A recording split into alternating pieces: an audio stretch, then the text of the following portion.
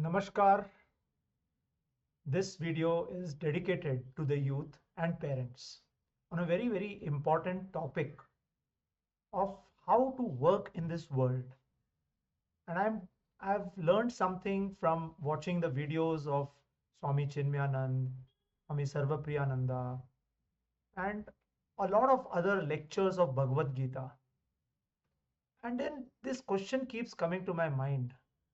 When I was very young, even I used to have a lot of desires to earn a lot of money, desires being attracted to the opposite sex, desires to be very rich, desires to be very powerful. And a lot of times there's a lot of confusion in the mind as to, are these desires good or bad? Are we supposed to listen to these desires and do what we are doing? Or how does a person actually convert these desires in the right manner? And there are a lot of mixed inputs that we keep receiving from lot of lectures, a lot of spiritual gurus.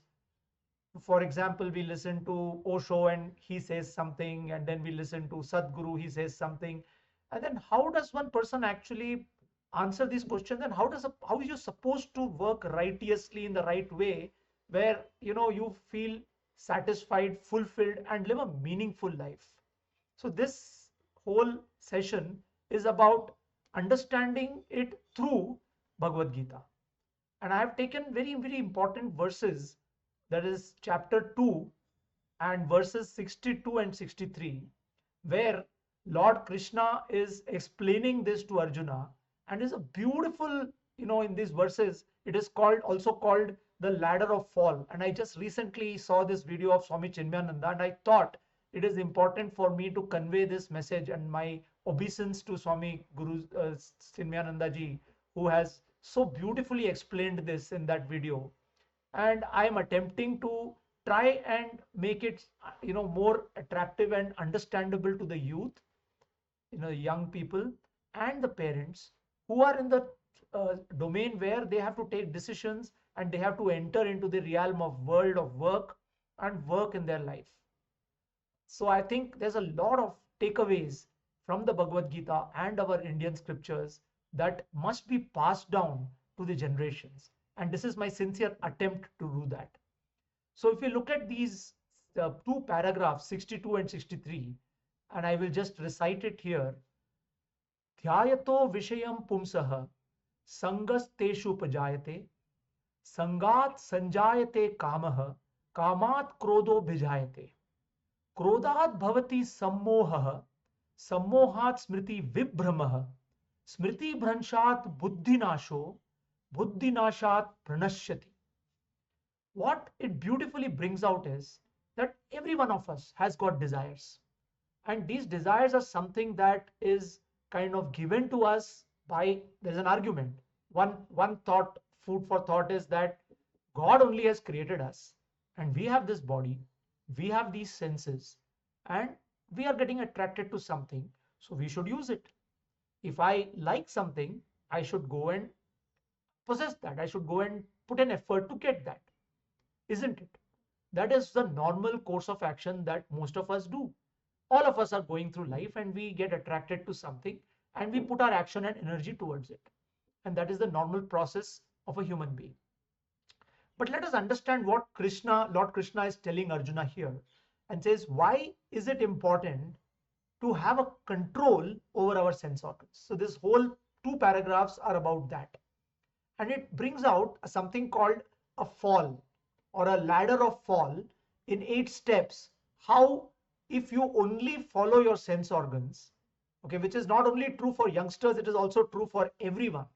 Because I do see a lot of people where we are reveling into the material world, we are enjoying our life, supposed to be, having a beautiful life where we are going for parties, we are drinking, we are making merry, and we justify to ourselves saying that this is what I'm supposed to do because God has given me this and I'm supposed to enjoy that. Let us understand what Lord Krishna says and what it means.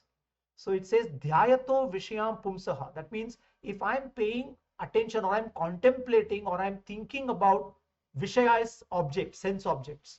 So whenever I'm contemplating on sense objects or I'm getting attracted to sense object or thinking about it, starts with a basic thought. I like something. So it comes in my mind first. So I'm thinking, I like this. I like that person. I like the face of that person. Or I like this food. Or I like that particular dish. Or that smell is very nice. Or I'm hearing something very beautiful. Or I'm feeling something very nice. All these sense organs are getting attracted to the sense objects, and it starts with a thought, and that thought is the starting point. So the first step is the first thought that enters inside. That's the seed. This thought leads to something called attachment. That means it's sangha teshu pujayate. So this thought leads to attachment. So I get attached to that object. So if I keep thinking about an object, so it is not one thought, that thought comes again and again and again. So one picture comes in my mind, or I kind of figure out something that I like, and it keeps repeating in my mind. So that thought slowly gets converted into an attachment. That is sangha teshu pujayate. So this attachment has developed out of a thought. Now it says sangat sanjayate kamaha. If I'm attached to something, automatically what happens is I develop a desire to possess that object. It could be another person. It could be some dish that I love to eat. It could be a house that I want to own. It could be a car that I want to own. It could be anything. But then the desire gets formed. And this desire is called kamaha. And kamaha is desire to possess, is also called lust. Lust is not just sexual, but it is also meant for any kind of a strong desire for material objects. So this is the kama. The word kama indicates lust or a very strong desire to possess. And moment you have a very strong desire to possess, interestingly, Swami Chinmayananda brings out that, normally in life, if you notice, if you have a lust for something, the probability is that you have only 1% chance to get that. 99% probability is that you're not going to get it. So what happens is, that means this is normal what we see in life. That means, you want something very badly and somebody else gets it. So what happens is, when you are very badly wanting something and you find somebody else getting it, it leads to krodha. And krodha here is not just anger, it is extreme anger. So here it says that moment you develop this kind of a possessiveness for an object and you have very strong desire, it leads to a very high level or high degree of anger. So krodha bijayate. So moment anger comes, and this high degree of anger, extreme anger, when it comes, krodhat bhavati sammoha. It leads to a kind of a delusion, or a kind of a thing, that your basic rule of judgment, or how you judge or you discriminate between right and wrong, it gets clouded completely. So your judgment gets clouded. Sammoha, that means your ability to judge something, which is the basic intelligence that a human being has, which differentiates us from animals, is that we are able to discriminate between something that is right and wrong. But when you get very angry, you will not see what is around you. Sometimes we see that reaction that come to us when we get very angry. So this is what happens. So how you see how beautifully it is brought out, that it starts with a basic thought, and that thought repeats itself till it becomes an attachment. That attachment leads to desire, which is a lust. And that desire, lust, when you don't possess that object which you are lusting for, leads to anger. Okay, and this anger leads to complete loss of judgment. And then this loss of judgment actually completely removes your memory. So sammohat smriti vibhramaha, it destroys the memory, or it confuses your memory. Your memory, that means you don't see who's around you. You may start shouting, or you may react. And Swami Chinmayananda brings out very beautifully that the first murder that happens in the life and world, anyone doing a first murder, generally, if you notice, it will be because of anger. Because that anger is uncontrollable, and that person just commits it. And at that point in time, your mind is not working properly, your memory is lost, everything is lost, and that's the nature of that wild anger that a person has. And we know what we are talking about. This is the kind of road rage that you see happening around, the rage that you have seen so many cases happening nowadays. This is what is being described in the Bhagavad Gita, Lord Krishna explaining to Arjuna. And this anger, krodhat bhavati sammoha, sammohat smriti vibhramaha, smriti bhranshad buddhi nasho. This loss of memory destroys your buddhi or intelligence. Intelligence is the thing that is the power of discrimination, the power, the knowledge or the memory that we have, the wisdom that we have because of the memory that we have. That means whatever we experience in our life, it gives us that memory, and that memory gives us the wisdom to take correct action in life. But when we are angry, we lose that intelligence. And once that intelligence is lost, it's complete destruction. Because the only differentiator between a human being and an animal is your intelligence. Animals also have emotions. Animals also have desires. They have feelings. They take action. The difference is a human being has got the intelligent thought to discriminate and to think about what he's thinking, which an animal doesn't have. Therefore, it says that if you reach that state where your buddhi becomes, is destroyed, or buddhi is not working, it's a complete destruction of a human being. And that is why, according to the Bhagavad Gita, it is very, very important that when that sensual thought comes to your mind, at that point itself, this energy needs to be diverted.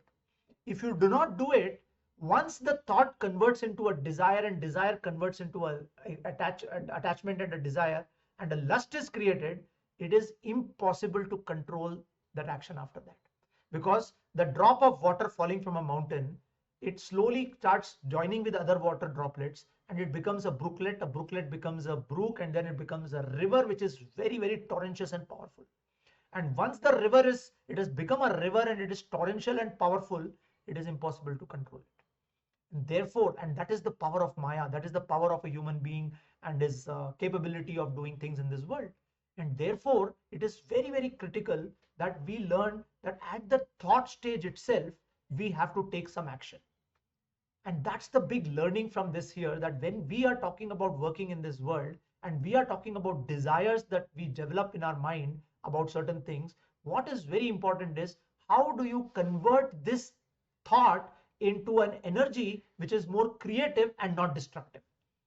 Whatever is brought out here in these two paragraphs is about destructive energy. Because when you start following the senses, it is like those 5 horses which are running astray. You've seen in Bhagavad Gita, in the main picture of Bhagavad Gita, there are 5 horses and Krishna is holding the reins.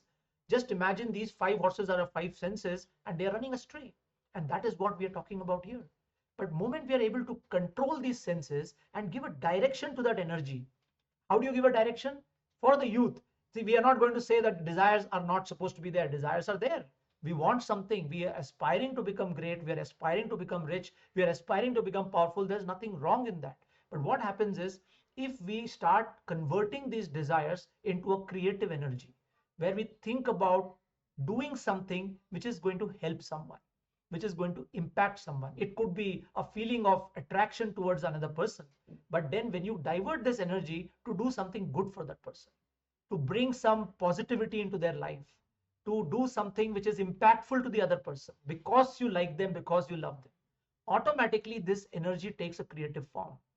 So I think what we are talking about is that instead of going with the senses and doing whatever gives you only pleasure, that of course pleasure is going to come because you like something, but that pleasure is not sufficient, because if you go in the direction of only pleasure, you are going to go down the path of destruction.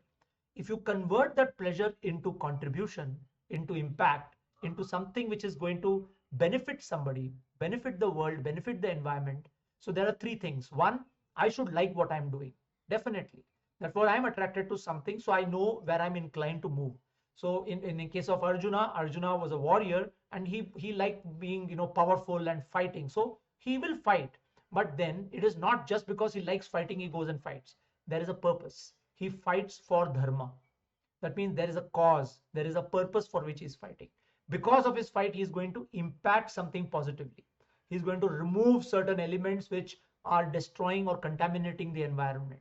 So therefore, he is improving the environment. He is benefiting somebody. He is benefiting the world. Similarly, when we are working in the world, we have to look at how are we going to do something that I like to do, but at the same time, which is benefiting people around, which is benefiting the environment around.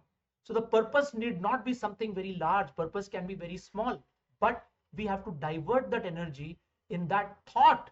So why am I saying this? Because the thought is the seed. If the thought injected inside is that, yes, I like doing this, I'm very attracted to this, but how can I add value to it? How can I add something that is going to make this very good for the world, very good for the people around? What will happen is not only will you enjoy doing what you're doing, but you will also create value for the world. You will also have a very meaningful life. You will have a purposeful life. I think that is the message that the Bhagavad Gita is trying to give, and which can be used by the youth as well as the parents when we are taking decisions to work in this world, when we are taking decisions to choose a particular career path. It is very important to understand that career path is not just about what a person likes to do alone. Yes, that is important, but more important is whatever you like to do, how are you going to convert that into a creative energy? What is the career design that is going to enable you to add value, add impact to the world and the people around? So I think that's the message that I am attempting to pass on to the youth here. So whenever you decide to take anything, any decision in your life regarding working in this world, it is a long-term decision. And in that long-term decision, while at the core, you have to align yourself to a direction which is according to your inclination, but also add this thought of converting it into a creative energy where you're going to create something valuable, not only for the people around, but also for the environment. So if you keep these three things in mind, one is I like to do it, I love to do this kind of work, I enjoy doing this, I'm attracted to it. Second is it is going to benefit the people around. Third is it is going to benefit the environment around. I think three simple points that I want to transmit through this message to the youth and to the parents. I hope this video was something that added some value to you. Thank you so much for listening, and looking forward to have many more such snippets. Thank you and bye bye.